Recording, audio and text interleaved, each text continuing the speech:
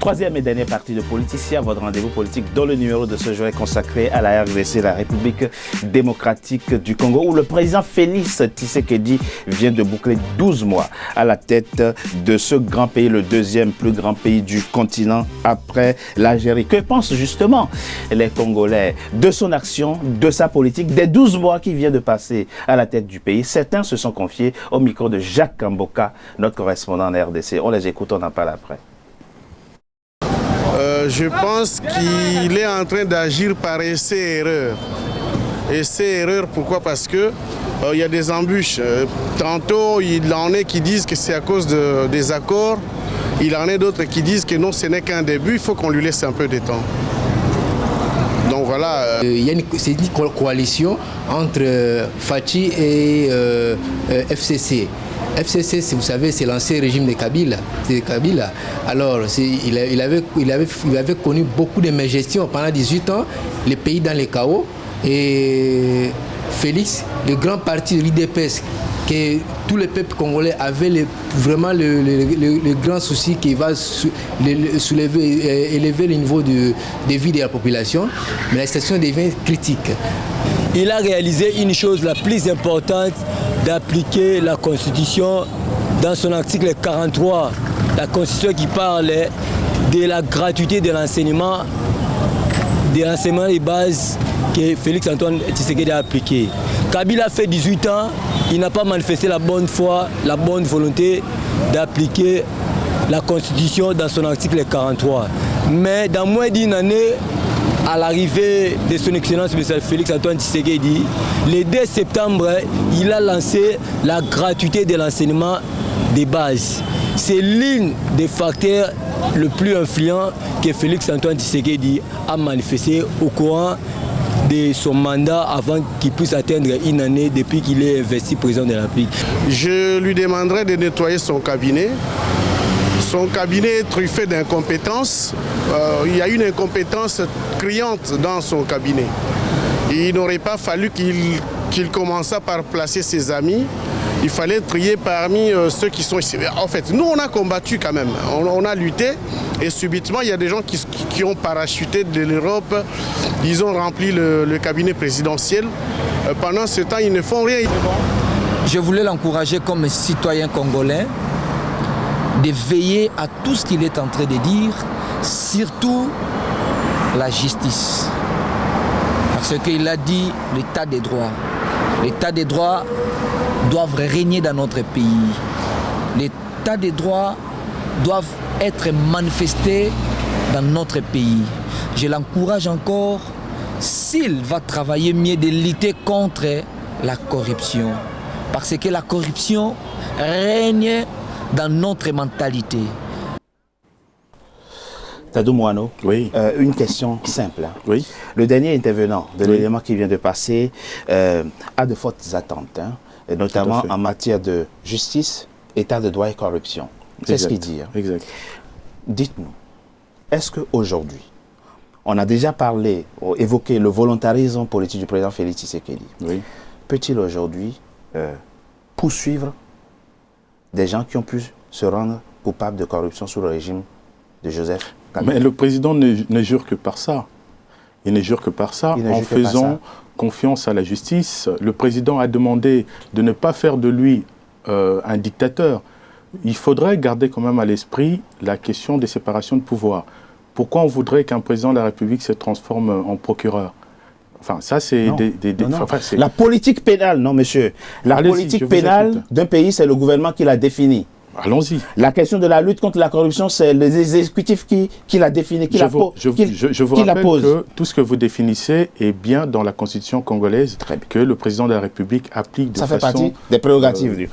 Combien ça fait 12 mois que le président a pris le pouvoir. Et on sait que les Congolais déploraient beaucoup la corruption. Oui. C'est-à-dire l'ampleur qu'a prise la corruption dans votre pays. Combien de Congolais sont déjà poursuivis par le président, enfin, sous le président Félix Tshisekedi pour faire de corruption? Exactement. Alors, comment on a passé à répondre directement à la question? La corruption, le président, il y a des dossiers qui sont devant le procureur. Ça, c'était des choses avant qu'on ne trouvait pas au Congo. Je ne dis pas s'il y a des dossiers ou pas. Il y a des dossiers. Est-ce que des Congolais sont déjà en prison ou poursuivis aujourd'hui? Mais son collaborateur qui a baigné dans une affaire de diamants, ben, il s'est retrouvé dans une détention. Voilà. Enfin, ça, c'est un des plus proches collaborateurs du chef de l'État. De quel chef Le président a dit qu'il ne va pas fouiner dans le passé, donc ce n'est pas son problème. Et c'est lui qui l'a fait arrêter son collaborateur. Il est d'ailleurs, il a été surpris.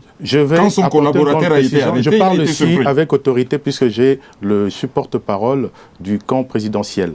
Et nous parlons avec autorité parce que nous sommes Congolais et nous savons ce qui se passe. Et ils ont la souveraineté. Le peuple a la souveraineté. Si vous permettez-moi de... Et l'autorité suprême. Alors, le chef de l'État n'est pas le procureur de la République. Il est le patron. Personne l'a dit. La formule n'est pas qui a fait, qui a fleuri chez nos amis, n'est pas fouiner dans le passé, ne veut pas dire impunité. Attention. Qu'est-ce que ça veut dire? Ne pas fouiner dans le passé. Non, enfin, le président de la République, en tant qu'institution, n'est pas le procureur de la République. Non. Mais voilà, il faut qu'on se mette d'accord sur ce point. Non, il est le patron du ministre de la Justice qui nomme le procureur. Il faut éviter de parler, dans la gouvernance, il faut éviter de parler du patronat. Hein, non, on a bien compris. Donnez-moi les bons mots. Si vous voulez vraiment qu'on parle français, on va parler français. Donnez-moi les bons mots, je vous donne des bonnes... Franchement. Oui, allez-y. Répondez à la question. Alors, j'ai dit ceci. Je leur ai dit ici, le président de la République, en vertu du principe de la séparation de pouvoir, n'est pas le procureur de la République. C'est ça votre réponse à la question. Et la justice existe au Congo, les institutions judiciaires feront leur travail dans le temps qui leur semblera bon. Voilà ma réponse. Il a aussi dit qu'il ne fera pas des règlements de comptes parce qu'il confond justice et règlement de comptes. Moi, j'irai encore plus loin pour ne pas dire que justice n'est pas vengeance. Ah non.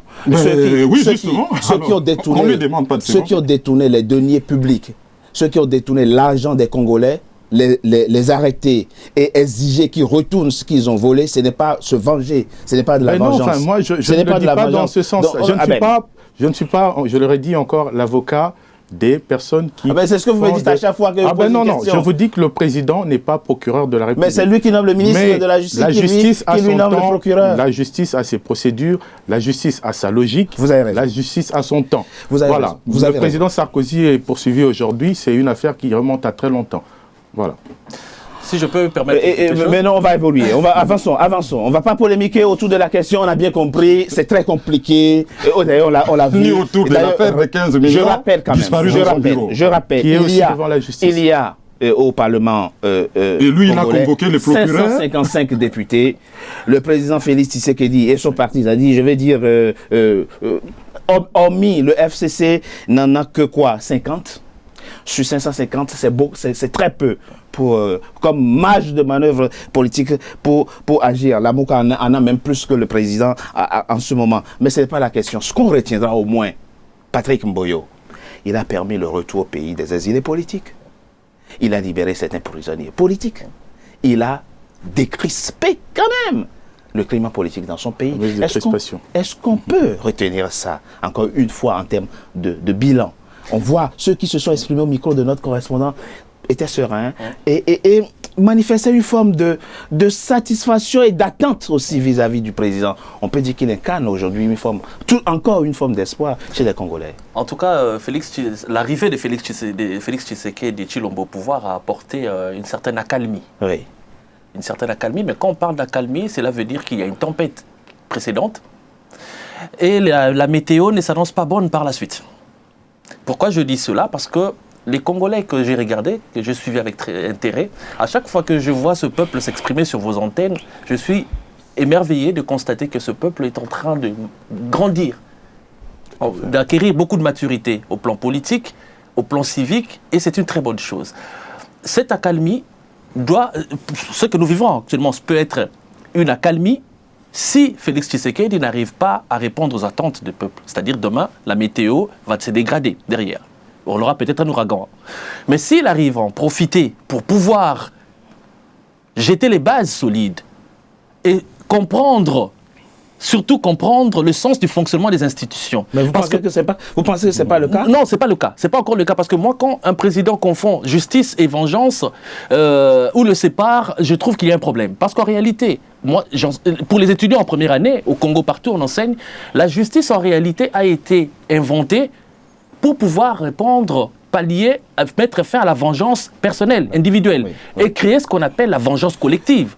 Le procureur est là pour chercher à venger la société. Effectivement. Quand on fait, exclut la vengeance, et à réparer dans la exactement, mesure du venger possible, la le mal société. fait. Venger la société, c'est ça le rôle du procureur. La réparation, c'est dans l'intérêt d'abord des victimes. Bien sûr. Mais pour venger la société, c'est le procureur, c'est son travail. Ouais. Vous avez commis un forfait, vous avez fait du mal à la société. Moi, procureur, je suis là pour venger la société. Ouais. Et le président, en tant que garant des institutions, doit s'assurer que le procureur puisse chercher à venger la société. Mais quand il dit qu'il n'y a pas de vengeance dans la justice, il y a un problème. Le problème, c'est que ou bien vous dites la vérité et vous êtes dans la contradiction, ou vous dites des inexactitudes.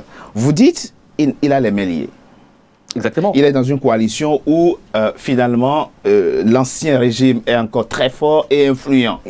Exactement. Bon, dans ce cas, ou bien on constate effectivement qu'il a les mains liées et il est limité dans ce qu'il peut entreprendre, notamment en termes de justice sociale, ou bien il en a la possibilité, et en ce moment-là, on peut attendre de lui, effectivement, qu'il fasse des choses dans les 4 ans. C'est pour cela que j'ai parlé que nous sommes dans une période qui peut être soit une accalmie, soit une période de tranquillité. Parce que je sais que ça peut être une accalmie si dans sa configuration, la configuration actuelle de son pouvoir, il n'arrive pas à se donner une certaine marge de manœuvre.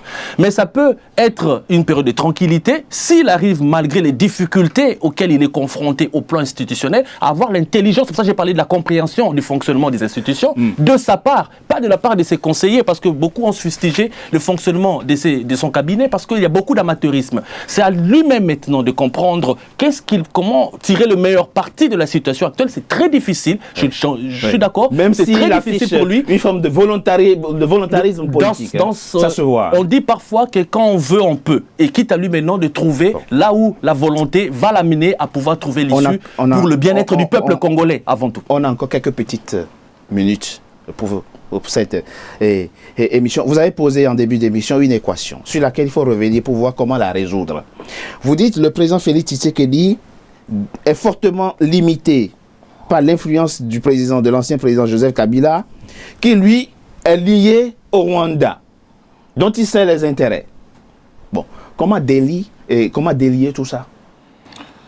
Ben, la seule façon de délier, il y en a deux. On ne va pas inventer le fil à couper le beurre. Moi, je pense que ça doit passer par une révolution interne, ce qu'on appelle un soulèvement populaire. Vous savez, l'incapacité du président Félix Tshisekedi... Soulèvement populaire, ça veut dire quoi? Ben, il faut que le peuple se soulève pour mettre fin à cette affaire qui a commencé depuis 1997 jusqu'aujourd'hui, qui fait que le Congo ne peut pas décoller. Tshisekedi... Se soulever contre qui? Ben, contre tous ceux qui sont au pouvoir, contre le système. Alors, je rappelle encore une fois, l'un des principes de mon émission, moi, je n'appelle pas l'insurrection populaire dans mon émission. Moi, je ne suis pas en train d'appeler, je suis en train de parler scientifiquement de ce qu'il faut faire. Mais ça, c'est votre... Vous savez, la Charte des Nations Unies parle du droit à l'autodétermination du peuple. L'article 64 de la Constitution congolaise dit quoi? Ah oui. Mais c'est ça l'article 64. En un mot, qu'on applique l'article 64 de la Constitution congolaise pour mettre fin à tout cela. Donc, concrètement, dans la pratique, vous l'envisagez comment? Ben, dans la pratique, il faut que la société civile puisse prendre ses responsabilités, puisse dire aux politiques que enough is enough, et on fait table rase et on recommence tout à zéro. Ok, très bien. Mais l'article 64 c'est un couteau à double tranchant. Peut-être que vous êtes d'accord avec moi parce que ça précise que le peuple doit se lever contre tout celui qui veut confisquer le pouvoir par la force ou celui qui le prend, qui veut l'acquérir par la force. Mais on n'est pas dans ce cas-là. Merci de l'avoir précisé. On n'est pas dans ce cas aujourd'hui. Moi, je ne demande pas au peuple d'acquérir le pouvoir. Avec le président Félix. C'est juste de mettre fin à une situation entre votre question et la justice. Vous savez que les députés qui sont partis dormir avec Matla et Nat devant la justice, enfin les députés Lamouka, ont été remis dans leurs droits. C'est cette même justice par où est passé Martin Fayulu pour réclamer son siège présidentiel. Ça, c'était son droit.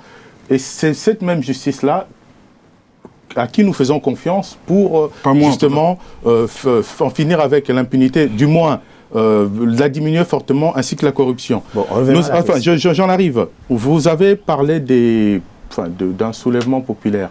Mais moi, je vous appelle à être dans le réel. Le président Félix Tshisekedi a une légitimité des urnes. C'est un président, c'est votre thèse. C'est un président de fait, c'est pas une thèse, c'est des résultats, c'est un président de fait. Moi je vous dis, mais moi je ne suis, enfin la justice dont la vengeance, enfin je vois que le professeur a un goût de la littérature juridique, vengeance collective, vous avez bien compris, c'est de la beauté, c'est des expressions utilisées comme ça. Mais je précise quand même, rétablir la justice. Je précise que il ne faut pas confondre justice et vengeance. C'est quoi la vengeance justement? Les gens ont été beaucoup dérangés par... Vengeance individuelle. Permettez-moi.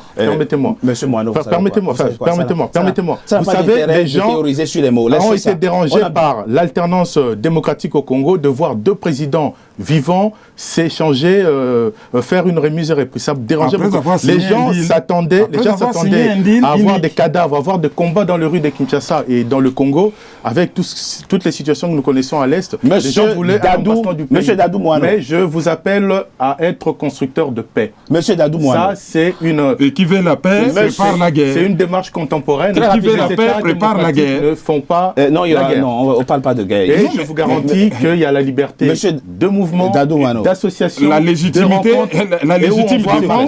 vous êtes en train de nous expliquer. Pendant qu'il y a un il est dans un processus biaisé.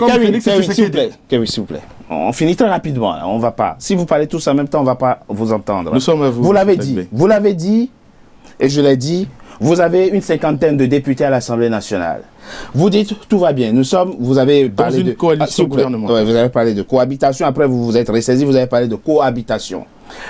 Alain Atundi, de coalition. Alain Atundi, qui est un de vos partenaires politiques, dit nous avons la majorité, ils n'ont pas. Et quand tu n'en as pas et tu es limité dans ce... Mais votre partenaire parle comme ça. Il faut être logique.